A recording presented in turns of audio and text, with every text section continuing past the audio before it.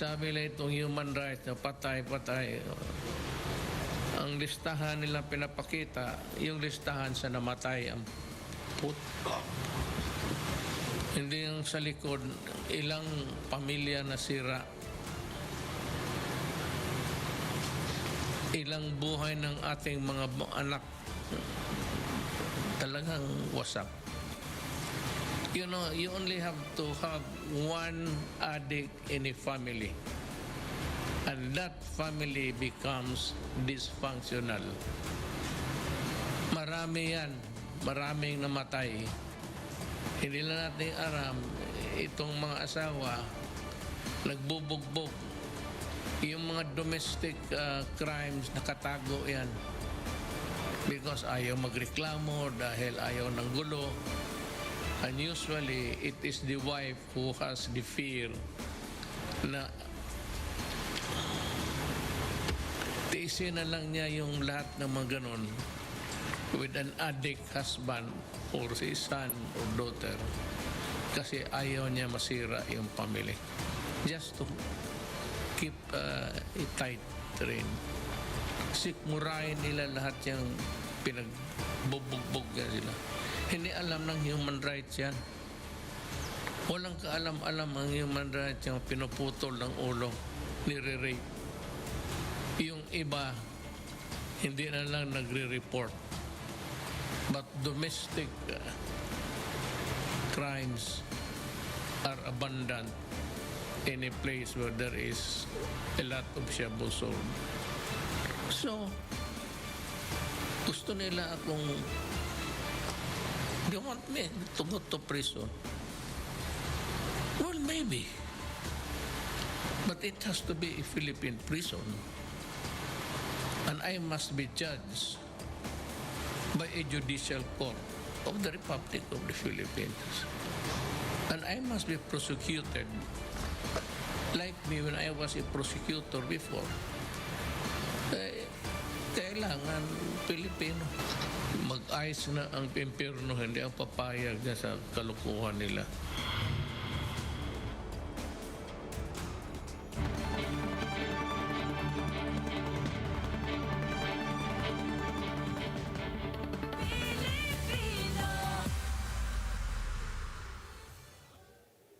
The Newsday continues here on One News Now. I'm Charles Lejano. COMELEC says about 75% of aspiring politicians at the national level will be declared as nuisance candidates and will be on the COMELEC's chopping block. Jen Kalimon has the report. Hundreds have filed their COCs, but only a few names will make it to the official ballots for the 2022 polls. COMELEC says 75% of those who submitted their COCs for national positions will be declared nuisance candidates. This means that they are not yet included in the official ballot since they will not be allowed to run. According to COMELEC, their law department has now filed a petition to declare some presidential, vice presidential, and senatorial aspirants as nuisance candidates. Overall, 569 aspirants have filed their COCs for national positions, 97 for president, 28 for vice president, 174 senatoriables, and 270 party list. Candidates will still be filtered, and most of them, maybe especially for the position of president, vice president, and senator, will be considered as nuisance candidates. From what I've heard, almost 3/4 will be declared. We are just waiting for the final the declaration of them as nuisance. And if they are declared, then they will be removed from the list, and definitely these numbers will be reduced. COMELEC also mentioned their basis in declaring an aspirant as a nuisance candidate. We look at the intent of the candidate. Does he or she have that legitimate intent to run? Is he or she just not making a mockery of the election system? And does that aspirant filed his or her COC just to confuse the voters? These are some of the basis for declaring them as nuisance candidates. In 2016, only 6 presidential aspirants were included in the official ballot, while 6 out of 19 vice presidential aspirants and 50 out of 172 senatorial aspirants were included. COMELEC is expected to release the list of official candidates by the end of the year. Reporting for News 5, Jen Calimon, We Are One News. In other news, the unemployment rate in the country has hit its highest level this year in September. Mobile journalist Pamela Vasquez tells us why.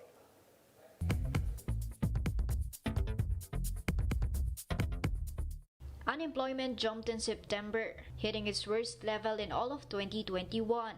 New data from the statistics agency showed the gauge rose to 8.9% for the month. That's equivalent to 4.25 million jobless Filipinos. The country was under MECQ for the first half of September after COVID cases hit an all-time high, reaching 26,000 a day. The biggest driver of unemployment was the agriculture sector, which lost around 900,000 jobs. Basically, ang nakikita namin ay yung end ng harvest season at yung bad weather condition. Manufacturing also took a hit due to uncertainty over government policy. So you cannot just expand production, you cannot just hire more laborers if you are unsure of the direction of the government, whether they are going to fully open the economy or not. Meanwhile, House Committee Ways and Means Chair Joey Salceda is pushing a bill that will reduce excise taxes on fuel for 6 months. His idea is to exempt diesel and kerosene from excise taxes from December 1 this year to June 1 next year, while gasoline excise taxes should be reduced from 10 pesos to 7 pesos a liter. Salceda's argument is that diesel and kerosene are used mostly by the working class, for instance by jeepney drivers and delivery riders. Ang problema ko kasi talaga nito, yung top 10% ng ating pong society, napaka-unequal. So, 51% po ng lahat po ng langis ay kinukonsumo po ng top 10%. Subalit po, may epekto po ng malaki dun sa baba. Local fuel prices have been raised every week for 10 straight weeks now. Mobile journalist Pamela Vasquez, We Are One News. President Duterte says he will issue an order for a government takeover of power distribution in the province of Palawan. This as residents have been experiencing power interruptions up to twice or thrice a week. And Duterte says he already asked a power operator in the province to address this issue 3 years ago. But until now, it has not been solved. The president refused to name the said operator, but recall that in 2018, he publicly flagged the Palawan Electronic Cooperative, or PALECO, due to frequent power interruptions. The said cooperative is responsible for providing power in 19 municipalities in Palawan, including Puerto Princesa City. You cannot claim private interest because itong ilaw is impressed with public good sa matter of compensation ninyo, or I will order its expropriation.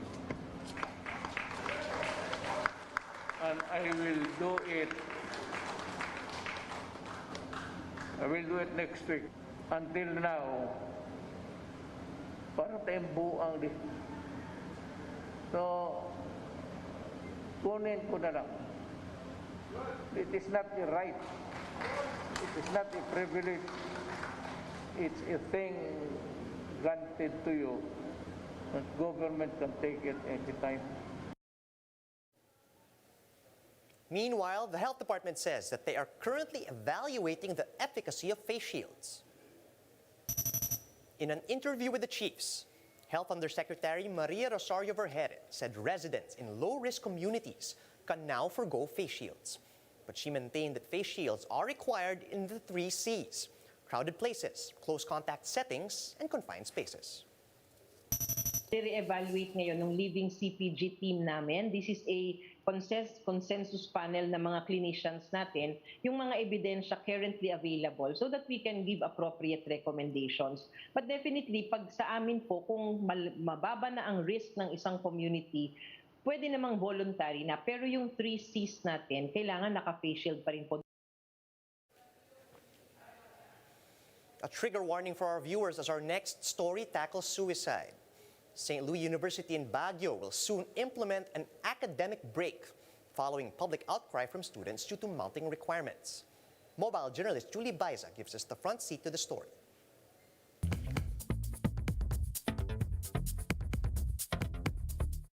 There has been a resounding call for academic break in Baguio City.